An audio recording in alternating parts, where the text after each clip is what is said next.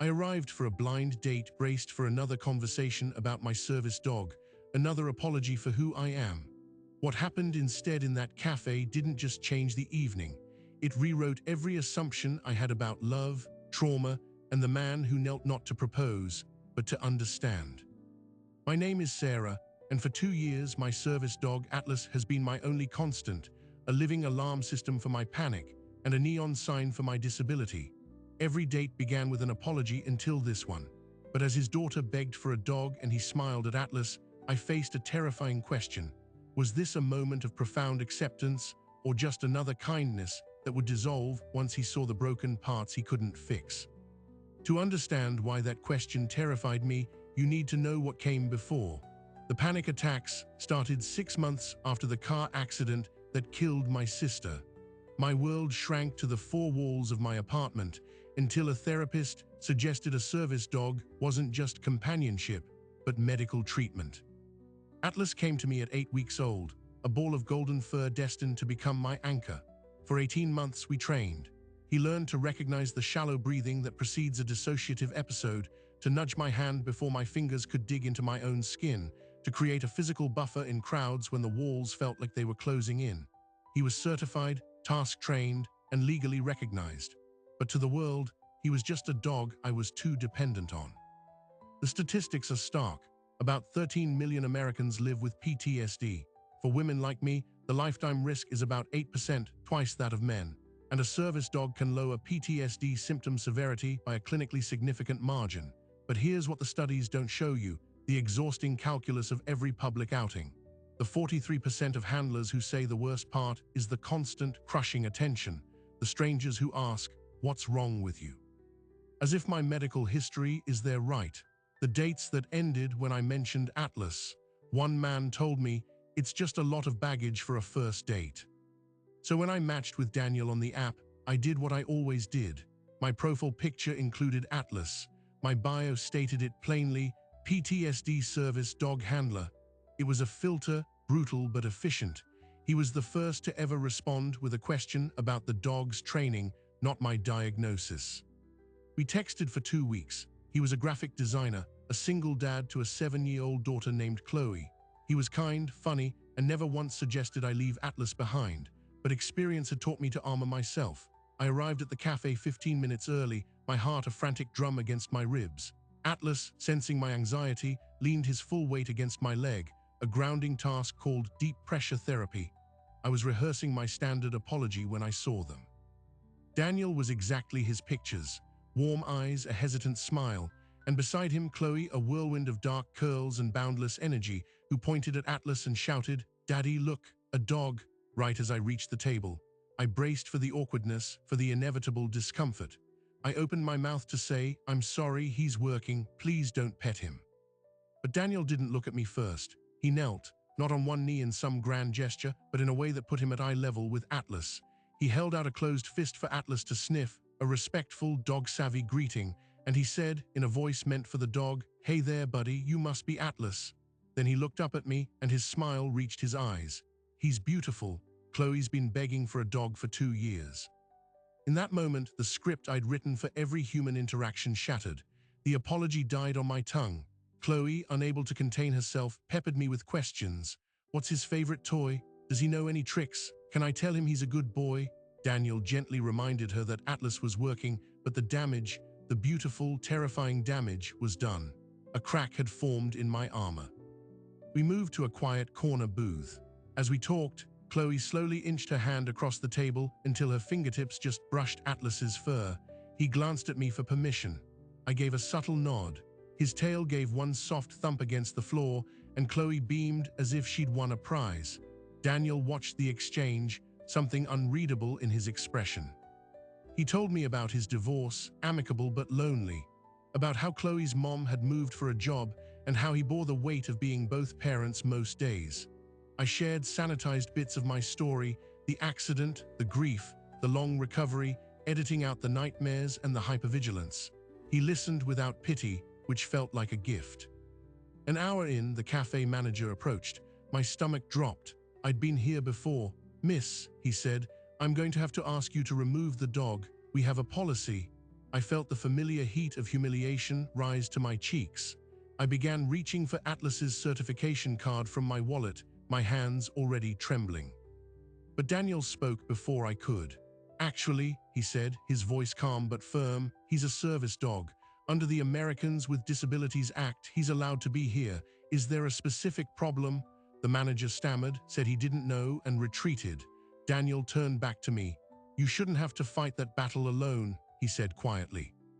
That's when Chloe, who had been quietly drawing on a napkin, slid off the bench. She lay down on the cafe floor, right next to Atlas, and looked up at the ceiling. "Daddy," she announced, "this is the best spot. You can see the clouds in the tiles." Daniel laughed, a rich, genuine sound, and then he did the unthinkable. He slid off his own bench and joined her on the floor. He looked up at me, patting the space beside him. "Coming." We spent the rest of the evening there, 3 people and a dog on a slightly sticky cafe floor, talking about everything and nothing. Atlas, off duty for the first time in public, rested his head on Chloe's lap. For a few stolen hours, I wasn't a patient or a diagnosis. I was just Sarah. When we said goodbye, Daniel hugged me, a careful, brief embrace that felt like a promise. Chloe wrapped her arms around Atlas's neck. "Bye, best friend," she whispered. As I drove home, the high of the evening slowly gave way to a cold, familiar dread. The voice in my head, the one shaped by 2 years of rejection, began its work. "He was just being nice. He feels sorry for you. Wait until he sees a real episode. Wait until he realizes you're not worth the complication." The text came as I was brushing my teeth. It was from Daniel. "Tonight was the best night Chloe's had in months. Thank you. Would it be okay if I called you tomorrow?" I stared at the screen, Atlas asleep at my feet. This was the moment where hope felt more dangerous than any panic attack. I typed out 3 different replies and deleted them. Finally, I sent one word: yes. But the next morning, another message arrived. Not from Daniel, it was from an unknown number. The preview on my screen made my blood run cold. It read, "I saw you with my husband last night. We need to talk." The world tilted. "Husband?" The word screamed in my head, short-circuiting every good memory from the night before. I called Daniel. His phone went straight to Voasilla 3 times. The silence was an answer more damning than any lie. I spent the night in a spiral, Atlas pressed against me, his steady breathing the only thing keeping me anchored. By morning, a cold clarity had set in. I wouldn't be the other woman. I typed a message to the unknown number. "I didn't know he was married. I won't see him again." I hit send, then blocked Daniel's number. It was over before it began. But at 10 a.m., my intercom buzzed. It was Daniel, standing in the lobby of my building, his face pale. "Please," his voice crackled through the speaker. "5 minutes, just let me explain." Every instinct told me to send him away. But Atlas, who usually remained neutral, stood and wagged his tail at the sound of Daniel's voice. I let him up. He looked like he hadn't slept. "The text," he said, the words tumbling out. "It's from Jessica, my ex-wife. We've been divorced for 2 years. She's not my husband, she's Chloe's mom, and she's furious." The relief was immediate, but it was followed by a deeper, more complex dread. Why would she text me that? "Because she saw me happy," he said, running a hand through his hair. "And when Jessica sees me happy, she sees a threat. To her control, to the narrative that our divorce was mutual and amicable. She's moving back to the city next month, and she's filing for a modification of our custody agreement. She wants more time with Chloe. She thinks if she can prove I'm an unstable parent, bringing strangers around our daughter, she'll win." He explained that Jessica had a friend who'd seen us at the cafe. She'd taken a photo of me, of Atlas, of Chloe lying on the floor with us. "She's building a case," Daniel said, his voice hollow. "And your service dog, your PTSD in her hands, that's not a medical condition. It's a liability, a danger to our child." I felt the walls of my apartment constrict. This was the fear I'd carried for 2 years, weaponized. My disability wasn't just an inconvenience anymore, it was legal ammunition. "So what does she want?" I asked, my voice barely a whisper. "She wants to meet you, to assess the situation," she says. I told her no, that it was outrageous. "But my lawyer, he says if we refuse, it looks like we're hiding something. It gives her more leverage in family court." The meeting was set for the following Tuesday at a sterile conference room in Jessica's lawyer's office. I wore my most neutral clothes, a plain blouse, slacks. I brought Atlas's certification, letters from my therapist, my training logs. I was preparing for a trial, not a conversation. Jessica was everything I expected and nothing like I imagined. Polished, sharp, wearing the kind of expensive casual wear that screamed effort. She didn't look at Atlas, she looked through me. Her lawyer, a woman with a steely gaze, began by stating this was an informal discussion to address concerns about Chloe's well-being. Then Jessica spoke. Chloe came home talking non-stop about the dog. She said she petted it, that it slept with its head in her lap. She doesn't understand that it's a working animal for a psychiatric condition. She said the last two words as if they were a contagious disease. I need to understand what you're bringing into my daughter's life. What triggers do you have? What happens when you have an episode? Is the dog even safe? I explained Atlas's training, the specific tasks he performed. I talked about my therapy, my management techniques. I was calm, factual, a model of stability, but with every answer, Jessica's expression grew tighter. I wasn't giving her what she wanted, a reaction, a crack. Finally, she leaned forward. Let me be blunt. My daughter has been through a lot with the divorce. She needs stability, predictability. She doesn't need to be around someone who has unpredictable needs. However well managed you think you are an additional variable, a risk. And as her mother, I cannot allow that risk. Daniel, who had been silent, finally erupted. That's enough, Jess. Sarah isn't a risk. She's the best thing that's happened to us in years. Chloe adores her.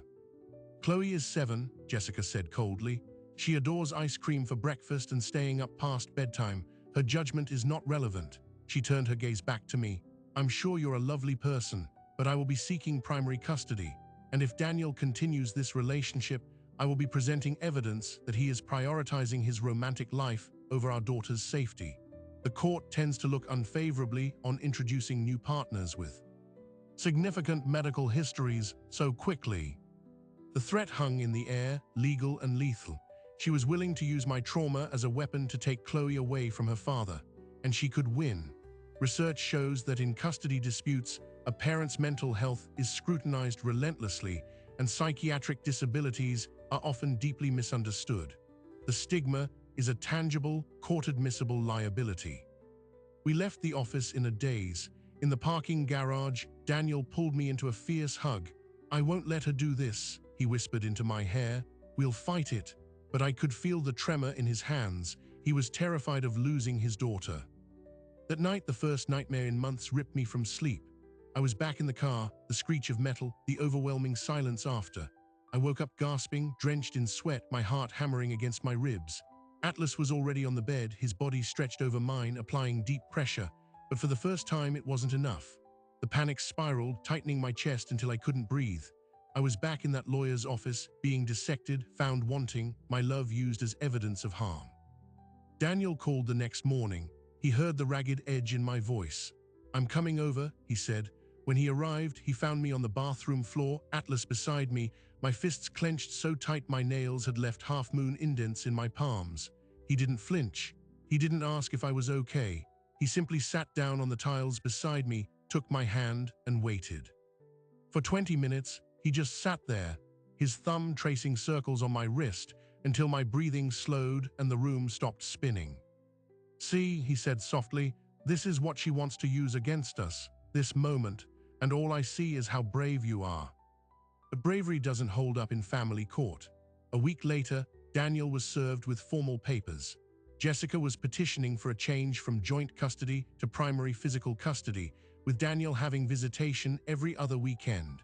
The stated reason: father's new paramour suffers from severe, uncontrolled post-traumatic stress disorder, which poses an unpredictable and potentially harmful environment for the minor child. Attached were photocopies of articles about PTSD, about service dogs being attacked in public, about the dangers of psychiatric episodes. Daniel's lawyer was grim. We can fight this, but it's going to get ugly. They'll subpoena your medical records, Sarah. They'll want to depose you. They'll have their own expert try to pick apart your therapist's notes. The goal is to make you look like a bomb waiting to go off in that little girl's life. The choice was suddenly, horrifyingly simple. I could walk away. I could disappear and let Daniel and Chloe go back to their lives, let him fight Jessica without the millstone of my disability around his neck. Or I could stay and risk a little girl losing her father because of me. I started pulling away. I cancelled plans. My texts grew short. Daniel saw it happening. He showed up at my door again, his eyes red-rimmed. "Don't," he pleaded. "Don't let her win by making you leave. We can beat this." "At what cost, Daniel?" I asked, my voice breaking. "What if you lose Chloe because of me? I can't live with that. You'd grow to hate me, and you'd be right to." He cupped my face in his hands. "Listen to me. I am not choosing between you and my daughter. That's a false choice she's created. I am choosing a life where my daughter sees that people with struggles aren't to be feared or excluded, but embraced, where she learns compassion, not judgment. That is the family I want to build, with you." It was the most beautiful thing anyone had ever said to me, and it felt like a fairy tale in the face of the legal nightmare bearing down on us. The pivot came from an unexpected source, Chloe. She'd overheard her parents arguing on the phone. The next time she was at Daniel, she drew a picture and asked him to mail it to me. It showed 3 stick figures and a dog under a rainbow. The words at the top, written in her careful printing, read, "My new family." At the bottom, "Don't go, Sarah, I love Atlas." Daniel sent me a photo of the drawing. It shattered me. This little girl, in the middle of a war she didn't understand, was drawing rainbows. I couldn't abandon her, but staying felt like selfishness. We had one chance, the custody evaluation. A court-appointed psychologist would interview us all, observe us with Chloe, and make a recommendation to the judge. It was our only opportunity to show the truth, not the caricature Jessica had drawn. The night before the evaluation, Daniel and I sat on my couch, rehearsing answers to potential questions.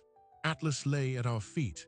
"No matter what happens tomorrow," Daniel said, taking my hand, "I need you to know that loving you is the easiest decision I've ever made, even if it's hard." The evaluation was set for 10 a.m. at the psychologist's office. We arrived early, a united front. Jessica was already there, her lawyer beside her. Chloe, looking small and confused, sat between them.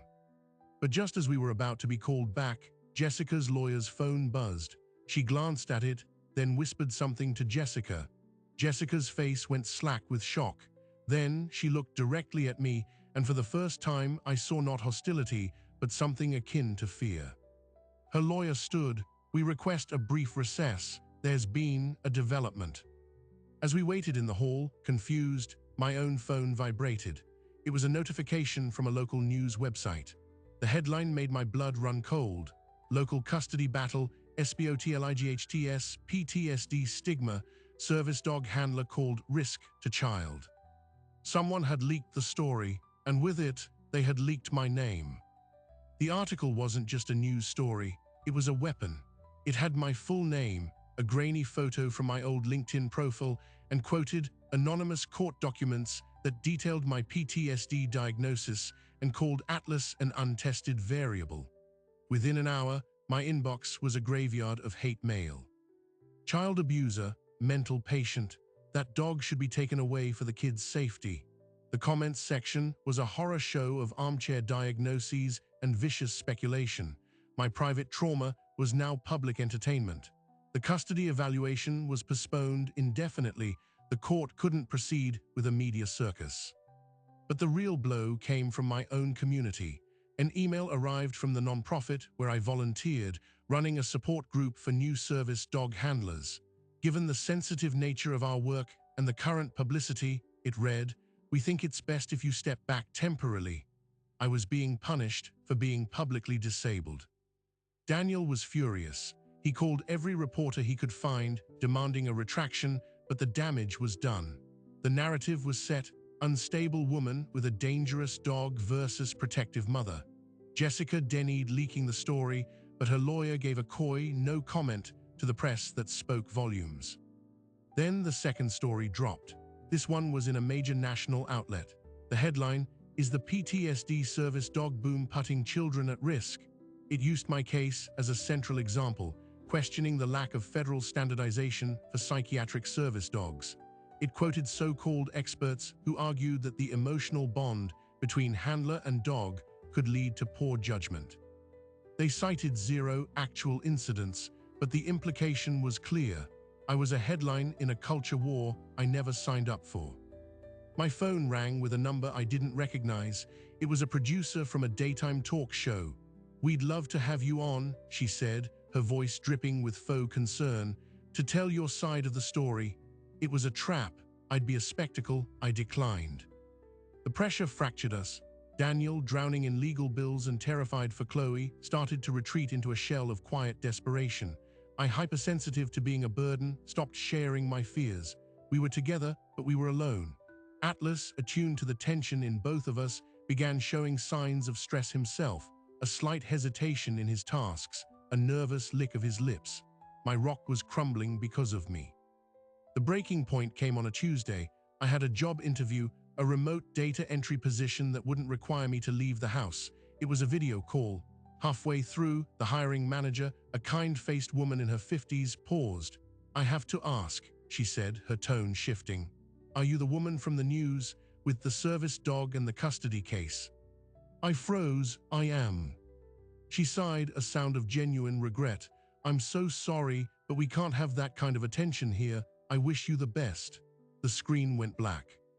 That was it, my last tether to a normal life severed. I didn't cry. I just sat in the darkening room, Atlas's head in my lap, and felt the hope drain out of me. This was the cost of being seen. This was the reality of the stigma the research papers described in dry academic terms. It wasn't just social discomfort, it was economic violence. When Daniel came over that night, I was packed, a single suitcase by the door. "I'm leaving the city," I told him, my voice eerily calm. "I'll sign whatever affidavit Jessica wants, saying I'm unstable and you ended it. You can tell the court I was a mistake. You'll get Chloe back." He stared at the suitcase as if it were a ghost. "What are you talking about? You can't run." "I'm not running, I'm surrendering. She wins, I lose. Chloe gets her father. It's the only equation that makes sense." "No," he said, his voice cracking. "That's not an equation, that's a tragedy. You're letting her terrorize you into disappearing. Do you know what that will teach Chloe? That people who are different should hide." "But I am a problem, Daniel," I finally screamed, the dam breaking. "Look at what's happened. You're broke, I'm unemployable, your daughter is caught in the middle, and Atlas is so stressed he's shaking. This is the reality of me.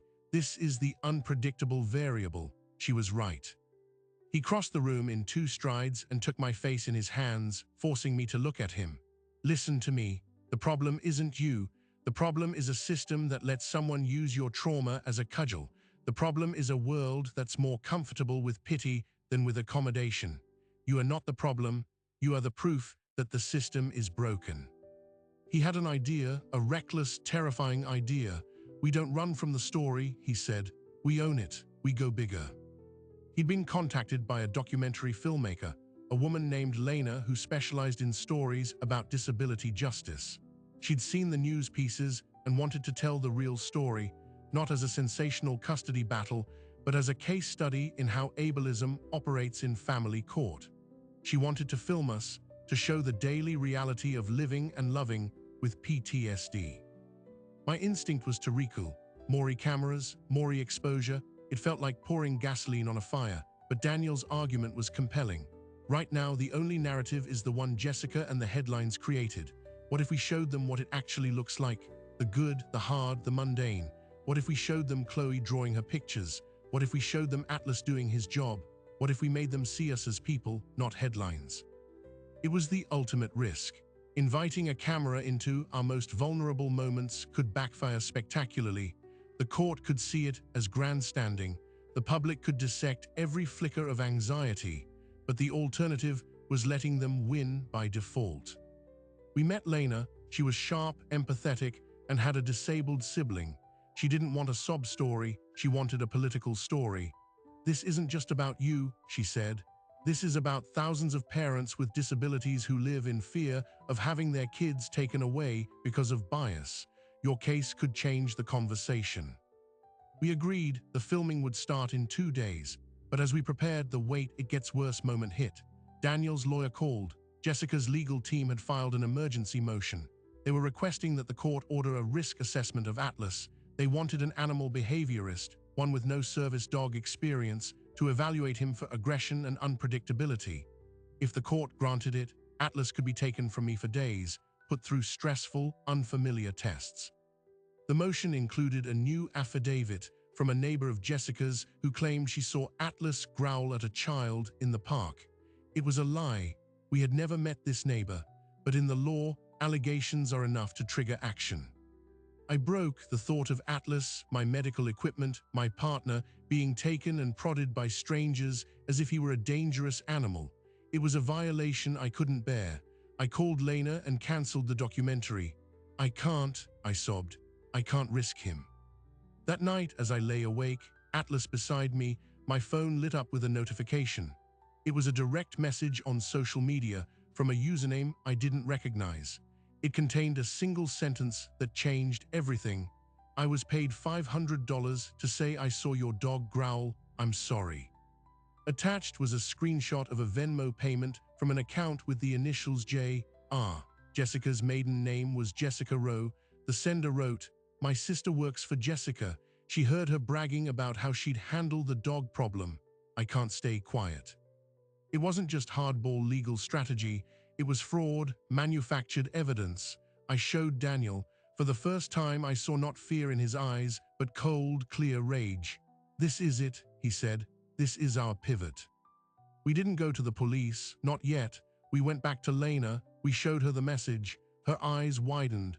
"This," she said, "is the story. This is the escalation from stigma to sabotage." She agreed to film us taking the next step. We scheduled a meeting with Jessica and her lawyer, with our lawyer present. Daniel insisted I bring Atlas. We met in the same sterile conference room. Jessica looked smug, confident in her new motion. Daniel didn't sit. He placed his phone on the table, opened the screenshot, and turned it to face her. "Before we discuss the risk assessment," he said, his voice like steel, "explain this." The color drained from Jessica's face. Her lawyer leaned forward, her professional mask slipping for a second into sheer panic. This is irrelevant, unverified." "Is it?" I said, speaking for the first time. My voice was steady. Atlas sat perfectly still at my side. "Because we have the witness willing to testify, and we will be filing a complaint with the state bar for suborning perjury, and we will be taking this to the judge and to every outlet that will listen." The room was silent. The power dynamic had just inverted. Jessica had overplayed her hand, moving from legal aggression to outright corruption. Her lawyer began damage control, talking about misunderstandings, suggesting we could come to a private agreement. But Daniel cut her off. "No more agreements, no more negotiations. You drop the custody modification. You sign a stipulation that Sarah poses no risk to Chloe and that her service dog is a legally protected medical necessity. And you issue a public retraction of every allegation, or we burn it all down." It was a bluff, a dangerous one. Taking this public would hurt Chloe too, but Jessica, faced with professional ruin and the exposure of her scheme, crumbled. She agreed. The paperwork was drawn up in 48 hours. The custody battle was over. We walked out of the law office into a blinding afternoon sun. It was over, we had won. But as we stood on the sidewalk, I felt no victory. I felt hollow, scraped raw. The cost was etched into me. My privacy, my sense of safety, my trust in strangers, all sacrificed on the altar of proving I deserved to exist in my own life. Daniel took my hand. "It's done," he said. "No," I replied, looking at Atlas, then at him. "It's just starting. Now we have to figure out how to live in the wreckage." The wreckage was a new kind of quiet. The legal threats were gone, but the echoes remained, in the way I flinched at unknown numbers, in the way Daniel would wake up and immediately check his phone for messages from Jessica. We had won the war, but we were still living on the battlefield. The documentary filmmaker, Lena, asked us one last time if we wanted to proceed. The story had changed. It was no longer about an active custody battle, but about the aftermath, about healing, and about the systemic cracks our case had exposed. We said yes, this time not as a weapon, but as a testament. The filming was therapeutic in a way we never expected. Lena didn't want drama, she wanted daily life. She filmed me doing exposure therapy at a crowded farmer's market, Atlas at my side, Daniel holding my hand. She filmed Chloe teaching Atlas a silly new trick, her laughter filling Daniel's apartment. She filmed a quiet moment where I had a panic attack in the bathroom, and Daniel sat with me on the floor, not as a heroic savior, but as a tired, loving partner who didn't know what to say but knew how to be present. The documentary aired on a small independent network. We braced for another wave of attention, but the response was different. We received thousands of messages, not from trolls, but from parents with disabilities who saw their own fears reflected in our story. From veterans with PTSD service dogs who wrote, "Thank you for showing the truth." From family court lawyers who said it had changed how they approached cases involving disability. The narrative had finally shifted from spectacle to substance. Jessica faded from our lives, bound by the legal agreement. She moved to a different neighborhood. Co-parenting became transactional and distant, but stable. Chloe, resilient as ever, adapted. In therapy, she processed her mother's actions not as a reflection of her love, but as a grown-up problem she didn't have to fix. But the most profound healing happened in the smallest moments. 6 months after the case ended, Daniel and I were at Rosie's cafe with Chloe. An older woman approached our table, her eyes on Atlas. I tensed, ready for the usual interrogation. Instead, she said, "My son has PTSD from his service overseas. He's getting a service dog next month. He's so scared of the stigma. Can I tell him your story?" I nodded, tears in my eyes. "Tell him it's worth it," I said. "Tell him the right people won't see the dog first. They'll see him." That became our unexpected mission. We started a small, informal advocacy group, connecting people with psychiatric service dogs to legal resources and community support.